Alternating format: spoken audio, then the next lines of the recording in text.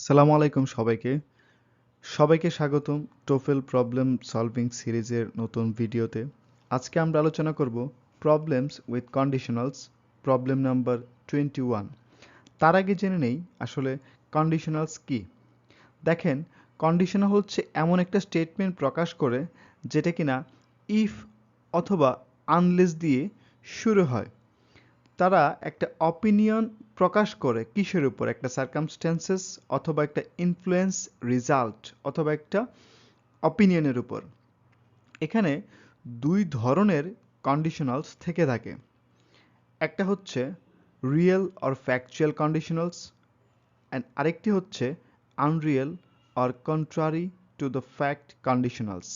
Real অথবা factual যে conditional সেটা আপনাকে কি প্রকাশ করে? অ্যাবসলিউট সায়েন্টিফিক ফ্যাক্টস অথবা প্রবেবল রিয়েল একটা রেজাল্ট আপনাকে প্রকাশ করে। যেরকম ধরেন যে যদি আপনি একটা কিছু অল্প একটু পানিকে ফ্রিজ করেন তাহলে এটা সলিড হয়ে যাবে, মানে বরফ হয়ে যাবে। এটা হচ্ছে একটা রিয়েল ফ্যাক্ট।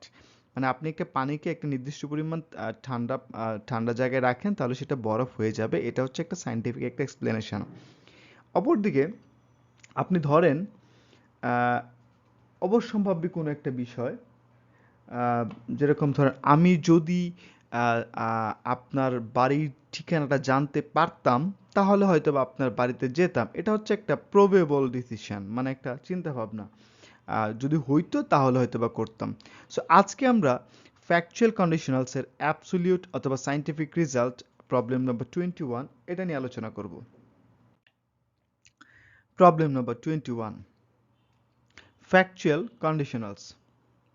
একটু খেয়াল করে দেখবেন, এখানে স্পষ্ট করে বলতেছে remember that absolute conditionals express scientific facts. Absolute conditionals express scientific facts মানে আপনাকে একটা বৈজ্ঞানিক অথবা বাস্তবসম্মত কোনো একটা রেজাল্ট আপনাকে বা ফ্যাক্টস আপনাকে তুলে ধরবে। উইল, উইল হচ্ছে একটা auxiliary. Will and a verb word expresses the opinion that the result is absolutely certain, মানে কোনো একটা কাজ করার ফলাফল হবে একটা নির্দিষ্ট, একদম সার্টেন কোনো একটা কিছু, এরকম কোনো একটা ফ্যাক্টসকে প্রকাশ করতে গেলে আপনাকে এরকম ফ্যাকচুয়াল কন্ডিশনালস ইউজ করতে হবে। স্ট্রাকচারটা দেখে নেই। ইফ সাবজেক্ট হচ্ছে a catalyst, verb present is used, passive voice. আবার সাবজেক্ট দ্য রিয়াকশন, ভার্বটা হচ্ছে এখানে থার্ড পারসন সিঙ্গুলার নাম্বার হয়, ভার্বের সাথে এস বাই এস যোগ করতে জানেন, মোর র্যাপিডলি। সেন্টেন্সটা পুরোটা কি দাঁড়াচ্ছে? If a catalyst is used the reaction occurs more rapidly, মানে আপনি যখন এখানে একটা ইফ ব্যবহার করতেছেন, a catalyst is used the reaction occurs more rapidly, সেন্টেন্সের অর্থটা কি দাঁড়াচ্ছে? আপনি যখন কোনো একটা তথ্য ব্যবহার করবেন কোনো একটা কাজের মধ্যে, তখন ওই কাজের যে রিয়াকশনটা বা ফলাফলটা আরও দ্রুত হবে। ইটস এ ট্রু ফ্যাক্ট, একটা বাস্তবসম্মত একটা কথা, একটা সায়েন্টিফিক একটা রেজাল্ট। আপনি কোনো একটা কাজে যখন একটা সর্টেড একটা ক্যাটালিস্ট ইউজ করবেন তখন আপনার রেজাল্টটা খুব দ্রুত আসবে। সেম সেন্টেন্সটাকেই আপনি সেম অর্থ রেখে গ্রামাটিক্যাল একটা পরিবর্তন আনতে পারেন, কিন্তু রেজাল্ট একই থাকবে, অর্থের মিনিং একই থাকবে। নিচের স্ট্রাকচারটা দেখেন। If a catalyst is used the reaction will ochre more rapidly, আপনি যখন কোনো একটা কাজে একটা ক্যাটালিস্ট ইউজ করবেন আপনার রেজাল্টটা বা প্রতিক্রিয়াটা বা রিয়াকশনটা আরও দ্রুত হবে। এখন দেখেন, সূর্য প্রতিদিন ওঠে, সূর্য উঠলে আমরা সকাল দেখতে পাই। সকাল আমরা কখন দেখতে পাই? যখন সূর্য উঠবে। দেখেন, আমি একটা প্রেজেন্ট ইনডিফিনিটে রেখেছি আর একটা ফিউচার ইনডিফিনিটে নিয়েছি, বাট আপাত দৃষ্টিতে সেন্টেন্সের অর্থগত কি কোনো পরিবর্তন হয়েছে? নো, হয়নি। আপনি ইউনিভার্সাল ট্রুথ, সায়েন্টিফিক ফ্যাক্টসগুলোকে আপনি প্রেজেন্টে রাখেন বা ফিউচারে নেন, অর্থ একই। আপনার সেন্টেন্সের অর্থের কোনো পরিবর্তন হবে না। প্রথম সেন্টেন্সটিতে বলতেছি যদি একটি ক্যাটালিস্ট ইউজ করা হয় তাহলে রিঅ্যাকশনটা খুব দ্রুত হয়। আবার পরের সেন্টেন্সে বলতেছি যদি একটি ক্যাটালিস্ট ইউজ করা হয় তাহলে রিঅ্যাকশনটা বা রেজাল্টটা খুব দ্রুত আসবে। অর্থাৎ আপনার সেন্টেন্সের স্ট্রাকচার আপনি যেভাবেই দেন না কেন অর্থ একই থাকবে। একটা এক্সাম্পল দেখেন, ইফ ওয়াটার ফ্রিজেস, যদি একটা পানিকে মানে মানে কি বলা হয় যে বরফে তৈরি করা হয়, বরফ করা হয়, ইট হ্যাজ বিকাম সলিড। ইট, এখানে এটা ভুল দেওয়া আছে। আপনি আবার দেখেন if water freezes it becomes a solid, মানে এটা একটা শক্ত বস্তুতে পরিণত হয়। আপনি যখন একটা পানিকে বরফ করবেন বা ফ্রিজিং করবেন তখন এটা একটা শক্ত বস্তুতে কোনো কিছু পরিণত হয়। সেম সেন্টেন্সটাকে আপনি আবারও বলতে পারতেছেন if water freezes it will become a solid, মানে একটা শক্ত কোনো কিছুতে পরিপূর্ণ হবে। লক্ষ্য করুন, ইফ যুক্ত হবার মাধ্যমে বাক্যের একাংশ শর্তযুক্ত হয়, মানে একটা অংশ শর্তযুক্ত হয় এবং অপর অংশ হয় ফলাফল। প্রথম সেন্টেন্সটা এখানে আপনি যখন লিখতেছেন, এই যে দেখেন ইফ ওয়াটার ফ্রিজেস, এটা হচ্ছে একটা শর্তযুক্ত সেন্টেন্স, কারণ এখানে আমি ইফ দিয়েছি, পরেরটাতে আমি এটার একটা রেজাল্ট দিয়েছি।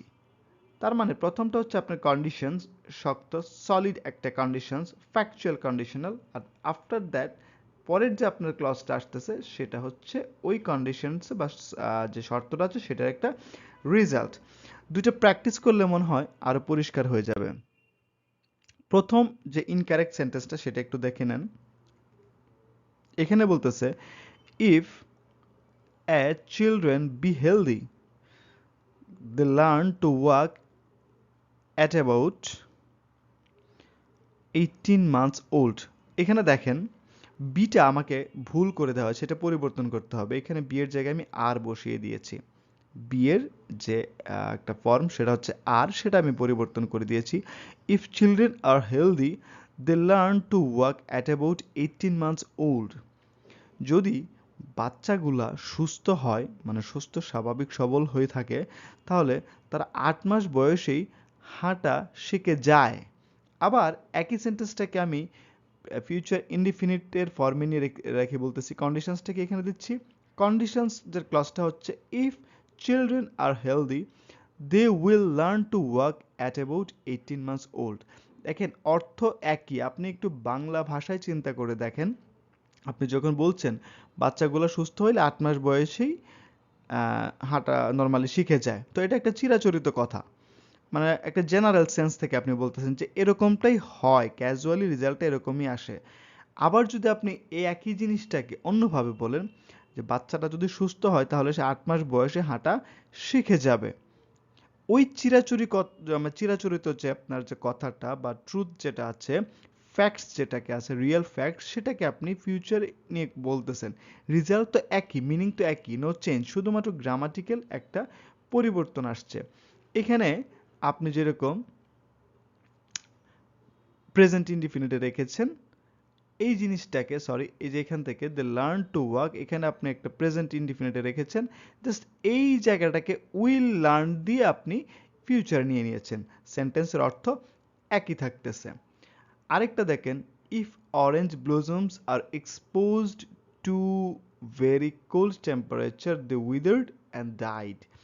আপনি আবার একটু দেখেন কারেক্ট ফর্মুলাটা কি। If orange blossoms are expose to very cold temperature, মানে খুব কি বলে যে শীত, মানে শীতান্বিত একটা তাপমাত্রায় যদি আসলে অরেঞ্জের যে ব্লুজুমটা সেটা মানে প্রস্ফুটিত হয়, তাহলে এটা বিবর্ণ হয়ে যাবে। উইদার মানে হচ্ছে বিবর্ণ হওয়া, দ্য উইদার অ্যান্ড ডাই, এটা বিবর্ণ হয়ে যাবে এবং মারা যায়।